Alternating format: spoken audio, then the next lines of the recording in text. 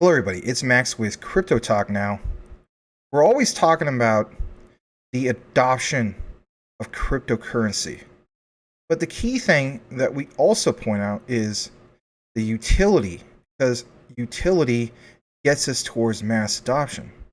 But how about this for size? The implementation.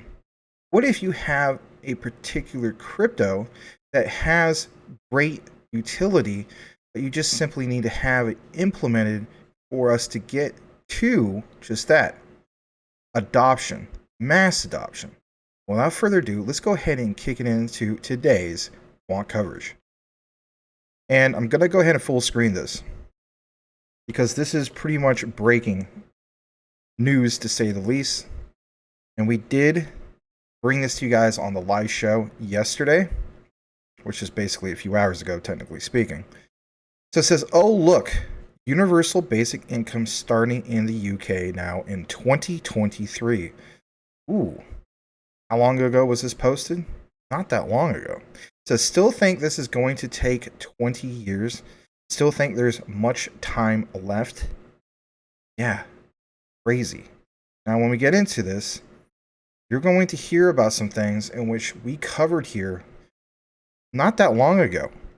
Right? You had that particular gentleman a while back referring to his experience with the central banks and how he felt as though we were going to get CBDCs here sooner than people think, and that it would start with basically that implementation to kickstart these CBDCs, in which the middle class would get, or low income families and so on, would get their money first, and if anything, the top 1%, the wealthy basically, would get theirs last. This is a minute 24 seconds. This is really something else. Here we go. Today we've announced that this spring, millions of those on the lowest incomes will get £301 directly into their bank accounts. This is the first of several payments direct from the government to the most vulnerable people's pockets in 2023 and early 2024.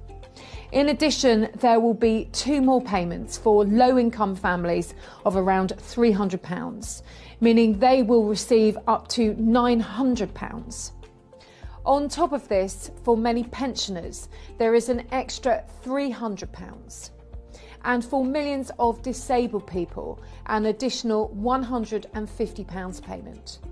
This all means some households could receive as much as £1,350. No one will need to apply for any of these payments as they are paid automatically. This is all part of a £26 billion package for 2023 and beyond to help every household in the UK with the rising cost of living. They build on similar payments sent to millions of families last year as we continue to shield those in need from global pressures fueling rising prices.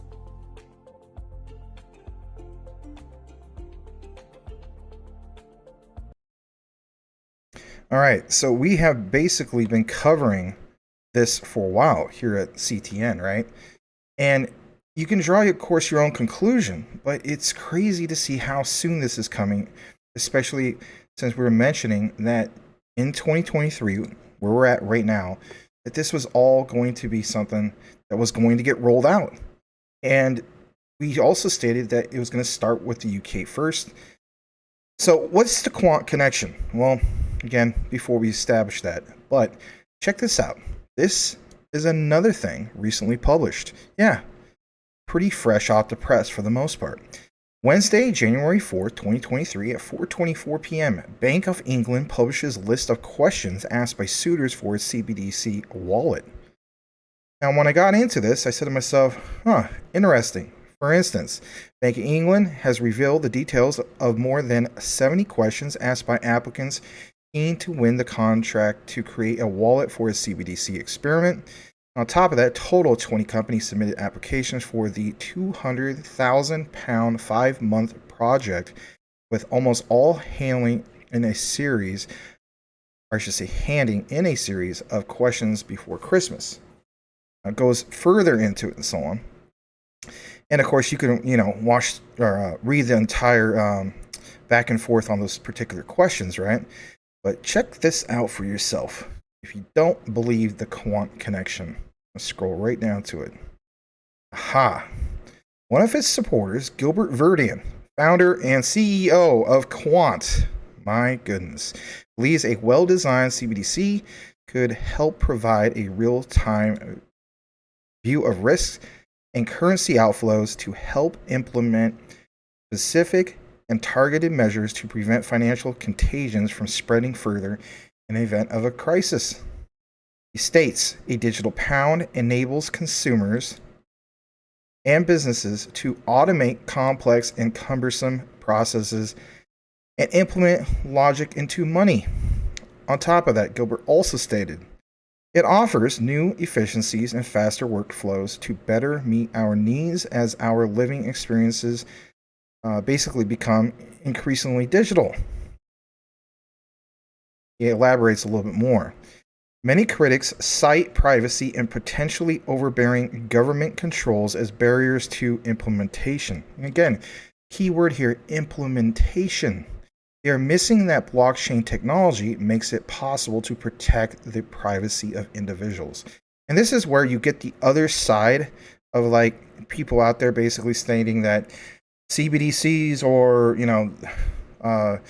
the mark of the beast, CBDCs is part of the whole, all the doom and gloom that's going to happen. It's going to control us and so on, and I get where they're coming from, right? Don't get me wrong. But at least Gilbert is recognizing some of these objectionable arguments, if you will, and he's responding to that. You want to see that. So he says, he added, or not him specifically, but I mean, he did elaborate. It says, he added that many countries were taking very considered approaches to adoption, right? And they are. He says specifically, a few more things. Pilots involve extensive public and regulatory consultation.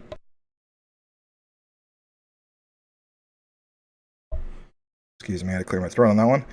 With business and institutional involvement to ensure that CBDCs meet our democratic needs. Top of that, he states, meanwhile, with Project Rosalind, the BIS Innovation Hub London, and the Bank of England are looking to the future, testing how to issue and embed and settle CBDCs for retail payments use cases with industry participants. Last, Gilbert states, the project includes the private sector in an effort to innovate different payment and use cases and applications that use retail CBDCs for a better experience. Right. It's complementing a new everyone's kind of worried about the whole new monetary system. But if anything, it complements the current system with these new initiatives or this new rollout of CBDCs. Now, of course, you can view what you see right here in regards to the questions, about 70 of them. And if you're wanting to take a deep dive into it for yourself, you can go to cityam.com, and it's the particular article about the Bank of England, I should say, that published a list of questions asked by suitors for its CBDC wallet. If anything, it should show right up. Basically posted a few hours ago. All right, we're going to get more into this, because if anything, we need to.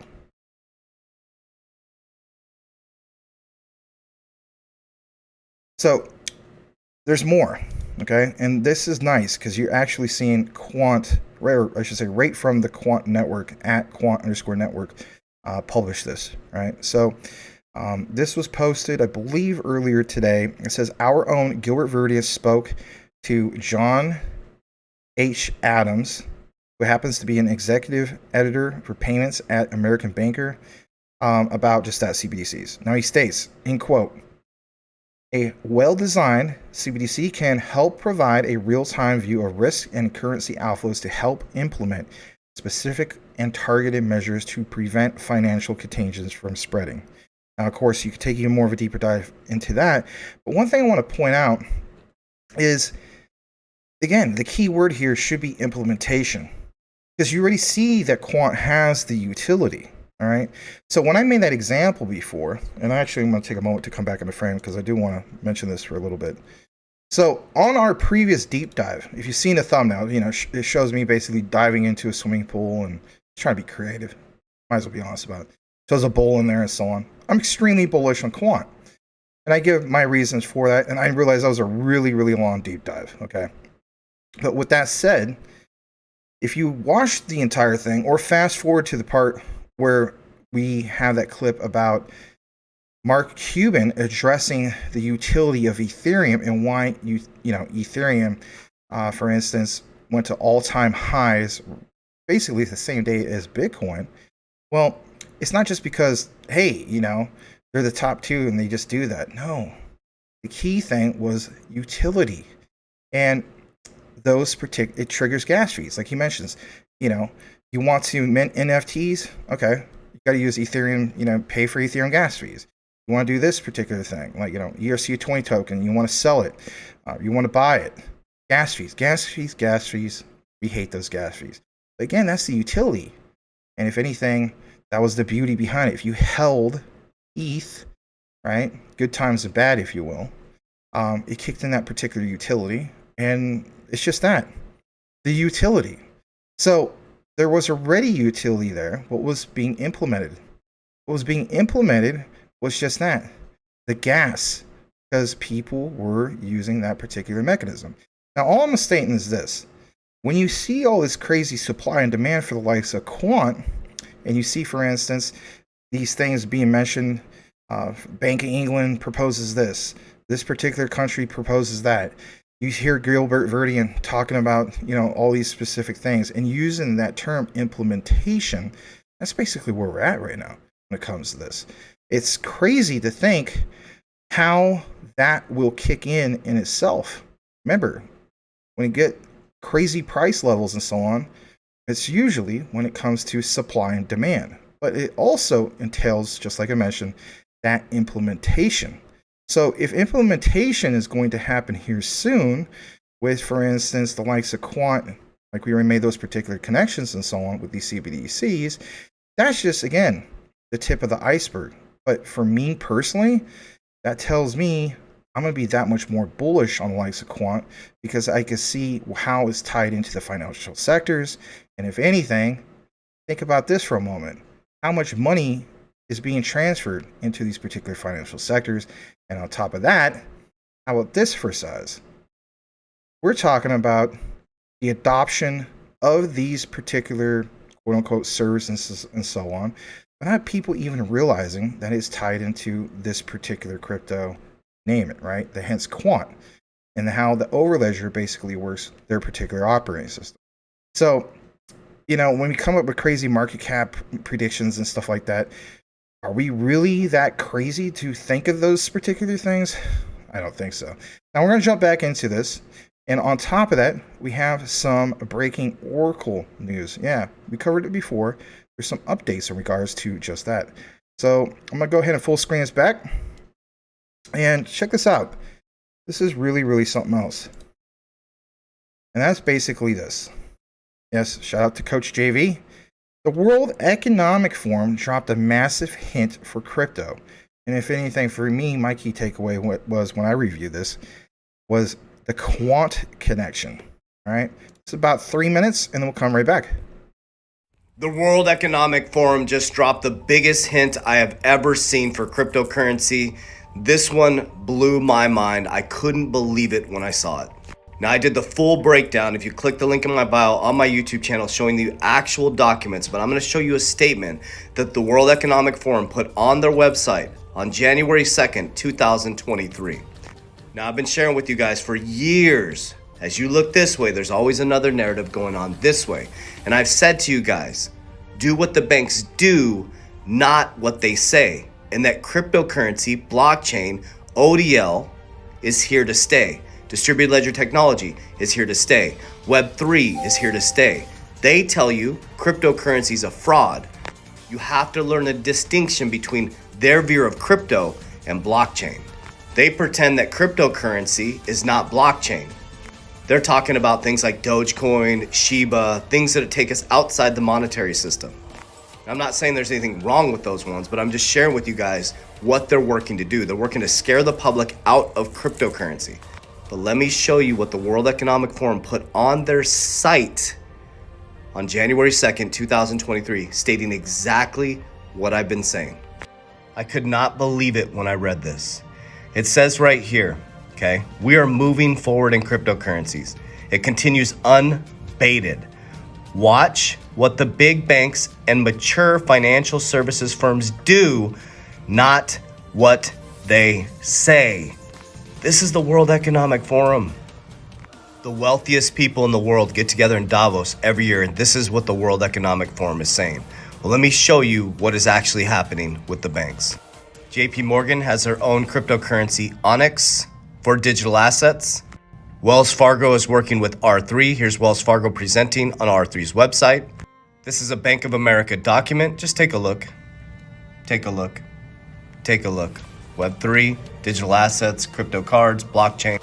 HSBC talking about how they're deep in Web3, no turning back. And I'm sure you guys have seen this document floating around the ecosystem of distributed ledger technology, blockchain technology.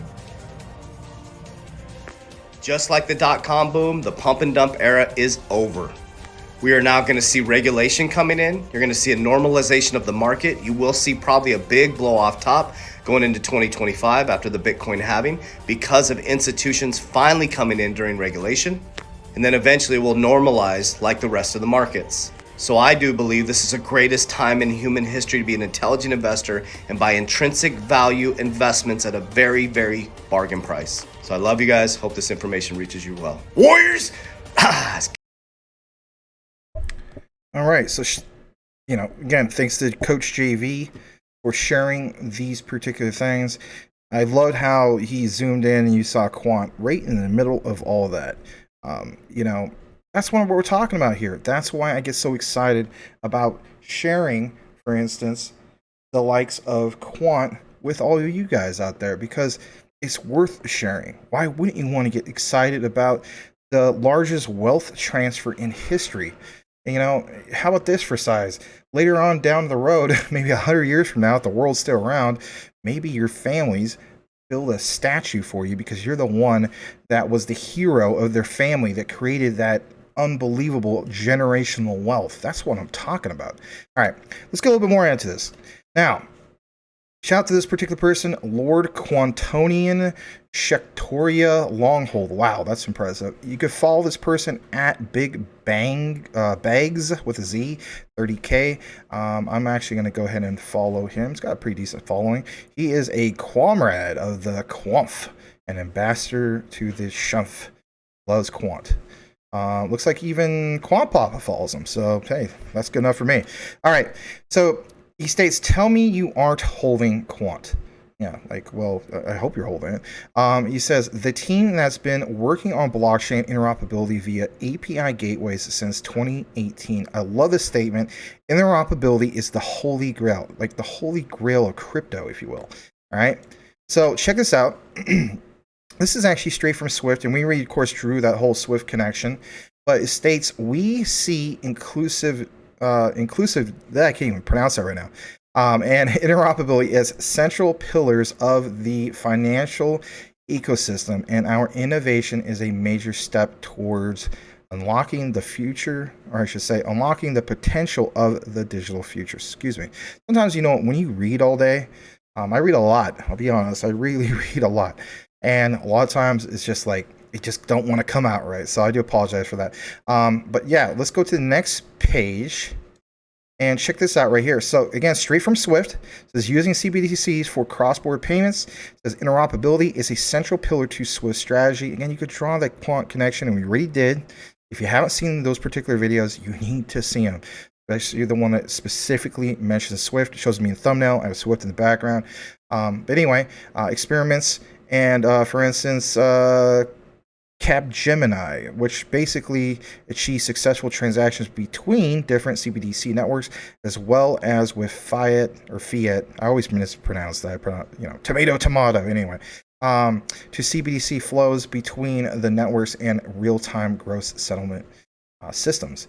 a single gateway, kind of like, what Quant was basically mentioned and so on. Now, there's a little bit more.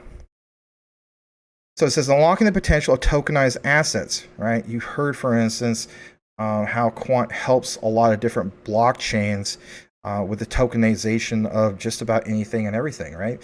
Heck, remember, even LCX, you saw that particular partnership. And then also you saw, for instance, Quant basically had the first ever QRC20 token listed on LCX exchange. And what was it? Galileo Protocol, aka LEO-X, the tokenization of diamonds, real estate, and so on. Really, really impressive. So it says, for instance, as a single access point to multiple tokenization platforms, that's the key thing. A single access point to multiple tokenization platforms. How? Basically done at scale that nobody else is doing. Through what? Interoperability through Quant's overledger. Now, talks about a little bit more. Interoperability on a global scale. We're not just connecting countries, we're aligning technologies, bridging systems, and ensuring value in all forms can flow smoothly around the world. Whoever's sending it, wherever it's heading, learn how, right? Again, this is from Swift, but we have drawn that particular Quant connection, right? We already have seen them reach out to the likes of Gilbert Verdun, Martin Hargreaves, you name it. And all these key terms, interoperability. Again, you draw your own conclusion. Now, the other thing I want to point out, and that's this right here. So it says UPI is a payment system. CBDC is a currency in itself. It's like currency notes. It's not a question of fear of missing out, nor is it offering competition to private crypto. CBDC is the currency of the future, according to who? The governor, his name is Sri Shatikanta, if I pronounced that right, Das at BFSI Insight Summit. Now, when we mention here on our particular show, I'm going to blow this up here in a second. I'm going to play it in just a moment. When we mention on the live show, or for instance, in the recorded section, like what you're watching right now or listening, some of you guys I know listen, for instance, on your Bluetooth and so on, drive down the road, which is great. I do the same thing. But when we mention, for instance, mass adoption, all right? So you have, for instance, like your debit card. People go to swipe it and they don't even realize it's tied into crypto. That's how we achieve mass adoption. But this gentleman right here, for instance, this particular governor, the way he puts it makes a lot more sense. It's not about the fear of missing out. It's just the reality that, look, this is going to be the new monetary system. This is coming whether we like it or not. Here's the benefits of it and so on. And if anything, I draw, and maybe you will draw that particular, that Quant connection. You're already seeing it rolling out in the UK. And they have talked about, for instance, getting this done for other countries. Why? Think about it. Gilbert, all his experience for over 20 years, he literally wrote the blueprint, for crying out loud, when it came to the ISO standard, so on and so forth. We're going to listen to this about 2 minutes, and then we'll come right back. It's a payment system. CBDC is a currency itself. That is number one. Number two, as I explained, UPI involves the intermediation of banks. You use through the mobile, you pay somebody, then my money gets debited from, the message goes to the bank, my account gets debited, the bank transfers the money to the bank of the, to your bank account. Your bank account sends a message to you that, so much money has been received. So there is an intermediation of bank. CBDC is like currency notes. You go to the bank, you draw it, you keep it in your purse, and you spend it. And what is more about CBDC is that there is an automatic sweep in and sweep out facility. 24 hours, you can draw CBDC, and if you are carrying excess CBDC, you can put it back into your bank account. So there is an automatic sweep in and sweep out facility. The second or third, whatever point that may be, the third is that the huge logistics, the cost of printing around printed notes, that is not there. Manufacturing paper, getting the ink, having a printing press, all that thing will become outdated over a period of time. Logistics-wise, CBDC will be much simpler, and it will be much faster. Next point is for international transactions. When two countries have their own CBDCs, it can be instant, remittance, instant money transfer between one country to another country. The whole world is going towards, is becoming more and more digital. Almost in every sphere today, you have digital activity happening. You will see in the coming decades. Now, many central banks are still in, experimental stage. They're still analyzing. Some central banks have started pilot projects. But you will see in days to come, more and more central banks will embrace digital currencies. And India has been in the forefront of the digital revolution in the current, in the current century. So therefore, we have to be in the forefront. It's not a question of fear of missing out, or it's not a question of offering competition to a private cryptocurrency. I think that is how the world is going to evolve. That is how the digital world is going to take shape in the days and years to come. And we have to be ready for that. So it's a currency of the future. It's a currency of So if it's the currency of the future, which basically it is, let's be honest about it, what is tied into that currency of the future, right? Who puts the building blocks of making this happen to connect the world? That interoperability. Yeah, you better believe it. It's Quant doing it at scale, again, that nobody else has basically done. Why wouldn't you be bullish on that, to say the very least, right? Right. All right. Now I'm going to get into this right here, and it is in regards to the breaking news for Oracle. Technically, I could have done like 2 separate videos for it, but I just was like, you know what? This is going to be one connected to it because I want you guys to be able to get this in a timely manner. But yes, shout to Greg LUNC. This breaking: Oracle remains the #1 fastest growing cloud provider according to Acceleration Economy, moving to #4 in the overall cloud wars ranks. Unbelievable, right? We shared this a little bit on the live show. Check this out. Here's those particular ranks, these particular companies, right? And the growth rate. #1 on growth is Oracle at 43%. On top of that, you see some of these statistics. Oracle, 43%, huge momentum across its line of business, apps. And then on top of it, for instance, you have Fusion Cloud, ERP, so on and so forth, right? Which will close out at about 14 billion in revenue this year. Actually, that was, the close of 2022. Its industry cloud business and its OCI, Oracle Cloud Infrastructure business, which last quarter grew at a 59% clip. Plus, customers are beginning to make commitments with mission-critical workloads to cloud-native autonomous database. Now, you see, for instance, the new cloud wars were top 10, and you definitely see, for instance, Oracle listed at #4, but it was #5. On top of that, 3 reasons Oracle jumped to #4. So it says, for instance, the past 2 quarters, its cloud revenue growth rate has been at 45%, 43%. Its passionate and wide-ranging commitment to automate the entire healthcare industries in ways that no other tech vendor is even approaching, and its fearless and successful assault on the 3 hyperscalers for cloud infrastructure that has turned into a 4-way contest. Now, I want to state this because a long time ago, it was a few weeks ago. So we had a particular video that highlighted some of these specifics, okay? And basically in the comments, and I always check comments, by the way. I think at some point it's going to get harder and harder as we, get that much more popularity and so on. It's just good problems, right? But there's a particular individual, and I have nothing against him. He's kind of a Bitcoin maxi. He might even be watching this right now. You know who you are. And that's fine. I always welcome objectivable, the other side, of the argument, to a sense. Like I said, don't attack the messenger, attack the argument. And he pointed out, for instance, what's the big deal about, these partnerships? Or, until I see, for instance, insane price action, not this specific, but it was something like, then, these partnerships basically, it's just all speculative and things like that. Well, we're going to get right into that. So somebody else had that same point of view, and I want to go ahead and point that out right now. So, this is kind of like part of a deeper dive, if you will. So when I went further down, you have this particular person. He says, his name's Rick, and he says, how does that affect Quant besides having a business partnership? That's a good question, right? Good old Greg LUNC does a good job of pointing specifically that out by highlighting that, right? So it says, in parallel, Oracle fintech partner Quant, has been working with Oracle and the Oracle blockchain platform team to address these challenges with a production-ready solution.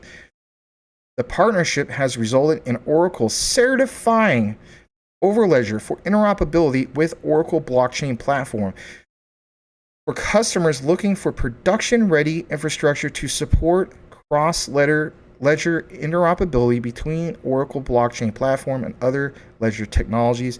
Quant provides an immediate available solution certified in Oracle Cloud infrastructure. That's one of the key things. Now, to pound it home even more, might as well, right?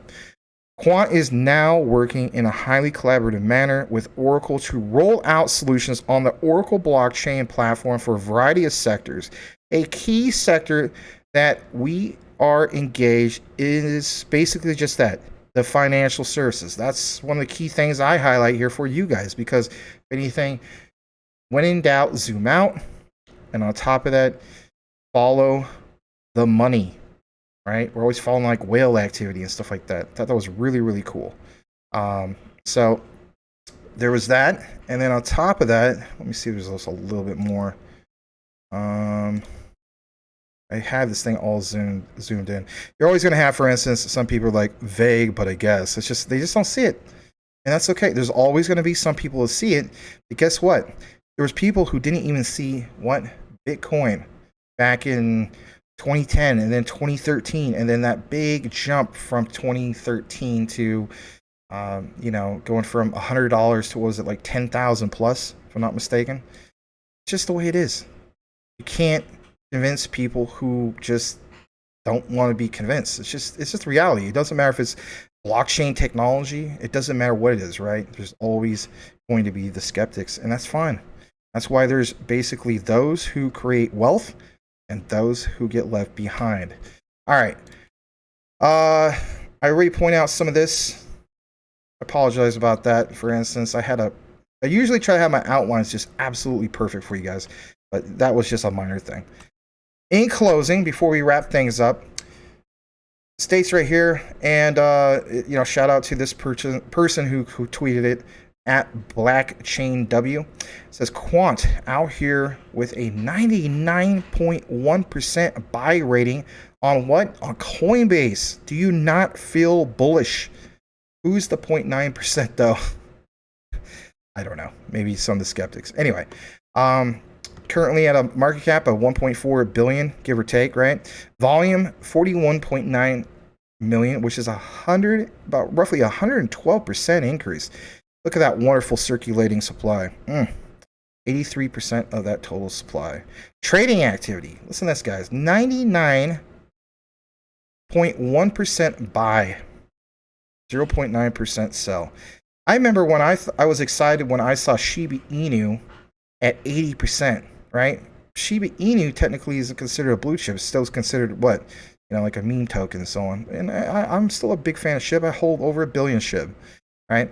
But my point is this. This is a blue chip that has similarities to Bitcoin, but with what? Utility. 99.1% buy. My God. Bless us all. Thank you, Lord. Right? All right. So, in closing, I'm going to come back into the frame.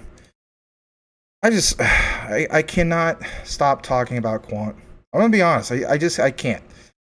I love bringing this, these updates and so on to you guys and so on, because it makes me feel that much more bullish. I love the reception that we've been getting here with it on top of it. I love hearing, for instance, you guys in the comments and whatnot. But it's just that, can you name a lot of other blue chip cryptos? Maybe there's some, like XRP and so on. We do cover that here, XLM and whatnot. We do cover, a lot of the ISOs. We're going to try to do, for instance, Hedera's HBAR, all that. But my point is, Quant, they're just really, really standing out. There's, a few projects out there that are not ISO related and so on.